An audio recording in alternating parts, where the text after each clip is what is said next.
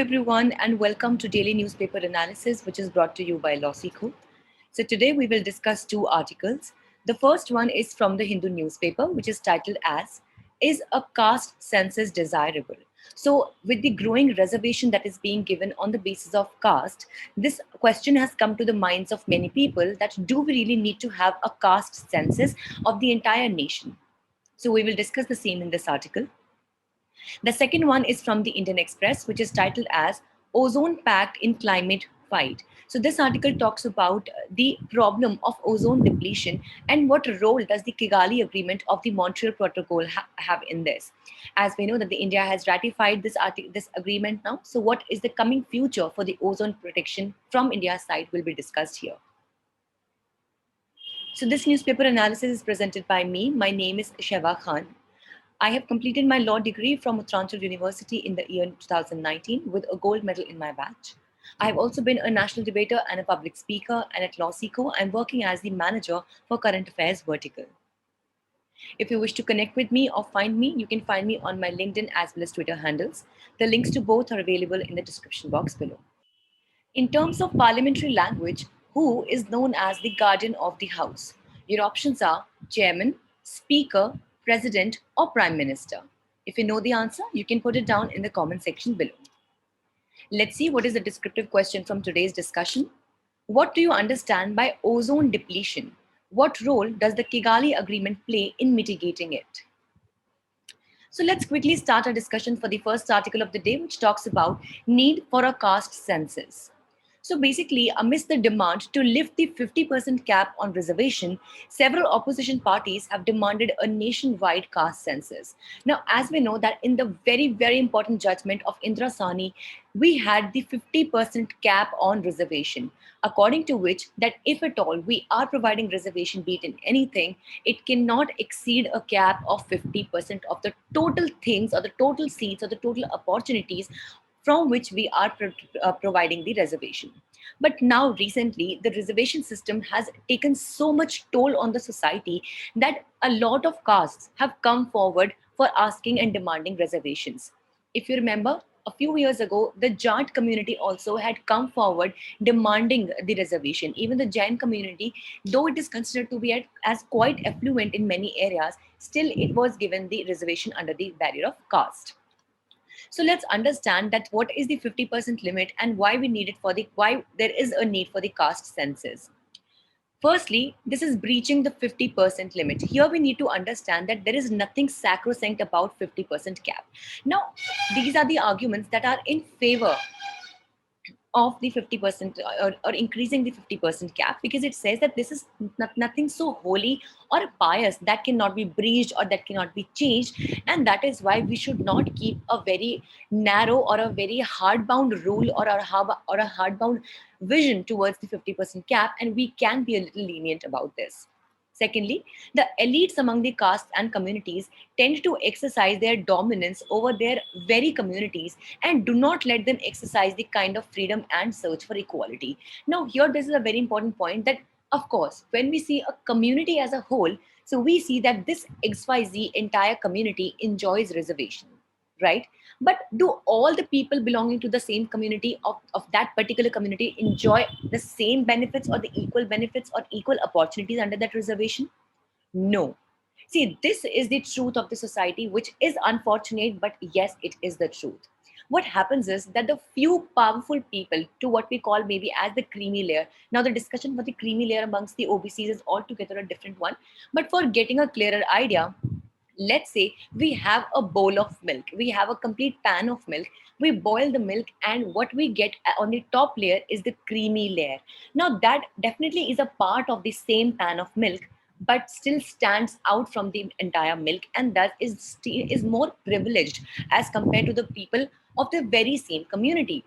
Now that is the case exactly over here as well, wherein they say that there are some people, there are some castes and communities that tend to exercise their dominance over the other communities or in amongst the or over the people of their own community, and that is why the people belonging to even one single particular community, it cannot be said for sure that they do enjoy the equal opportunities. Now, when we talk about the socio-economic caste census, it says that it would bring to the fore. Now, it would bring to the forefront, or it would highlight the number of people at the margins, or who are deprived, or kind of occupations they pursue, kind of hold that the institutions, their caste, like they have on them. So this basically says that if at all we would allow a socio-economic caste census, so we would be able to identify particularly that who are the people who are actually or in reality on the margins, and who actually in real sense need the most of the help. Also, courts have often emphasized on the importance of having data, and that is why a census, I think, would do no harm. So basically, this article also says the same thing, that a census would do no harm. And even courts every now and then say that it would always be better if we have more data in our hand, more information in our hand, and thus the decision making would become more proficient and more efficient. Also, the article says that those in power control the data and information. Of course, that is the truth, because many a times you must have seen that it has been popped up in the news that some particular kind of data has not been released by the government, or maybe whoever the stakeholder is. So what happens is that those who are in power, who are in control of power, they also control the data and information as to what data should reach out to the common public and what can be very comfortably hidden from them. So the main need is that of exposing the privilege mismatch which is there between the numbers, and also to share the resources that the different communities have. And because only then we will be able to understand as to which community is enjoying what kinds of rights, and which community is at the verge of breaking down or violation of the human rights or other societal resources. So this article also talks about a few way forward that we can take into account.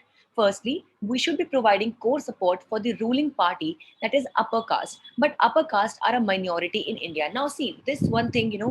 They are saying that the core support for the ruling party is upper caste, right? So the people who support the ruling party at the center, they are mostly the upper caste people.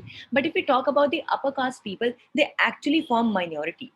See, we are not considering here the religion. Please do not get confused with religion. Of course, the Hindus are in a majority. Muslims, Buddhism, Jains, they're all under minority. But when we talk about caste, because see, obviously, when amongst Hindus also we have four major sects. Like we have the Brahmins, we have the Kshatriyas, we have the Vaishyas, and then we have Shudras. So right, so this is how the diversion has taken place amongst various castes. Now, when we talk about the upper caste amongst the Hindus, also to be very specific, so they form only the minority, and majority are the the lower caste, what we may call them, as compared to what we are calling to the upper caste. Hence, the unavoidable electoral necessity of bringing the middle caste and Dalits who provide numbers. So that is why there should be, this is actually has become an unavoidable electoral necessity, wherein the leaders, the political leaders, use castes as a method of bagging out their votes. Also, there is a paradox which has been created, that we should invite the lower caste, promising to give them place denied to them for so long, and also keep your core supporters happy. So this is actually the game that goes on, that what at one side we show that we are an egalitarian society, we believe a lot into equality, and we do not take caste into account and everything of that sort.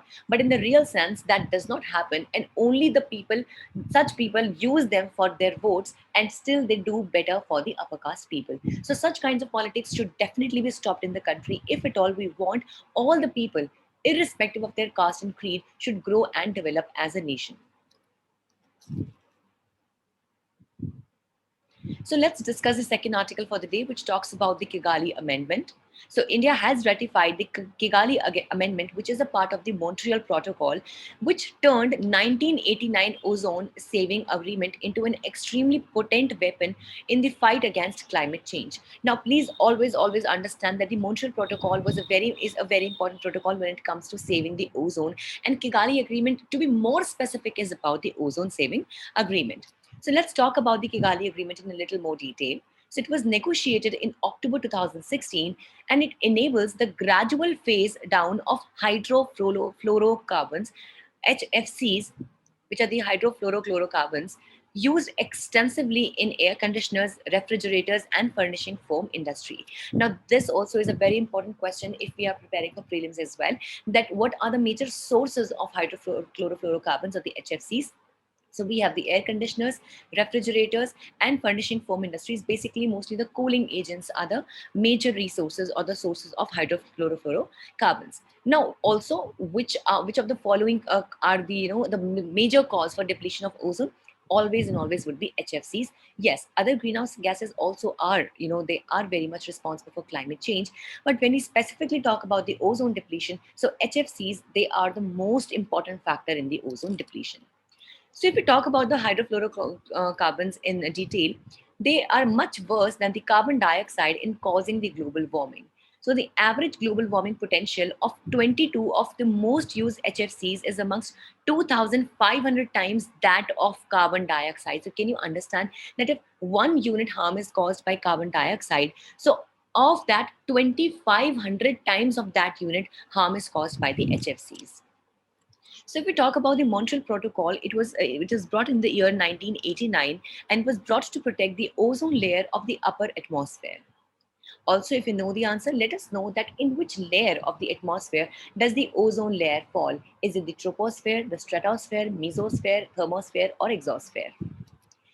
Also, the CFCs, which are the chlorofluorocarbons, they were gradually replaced first by the hydrochlorofluorocarbons and then simply by hydrofluorocarbons, which have minimal impact on ozone layer.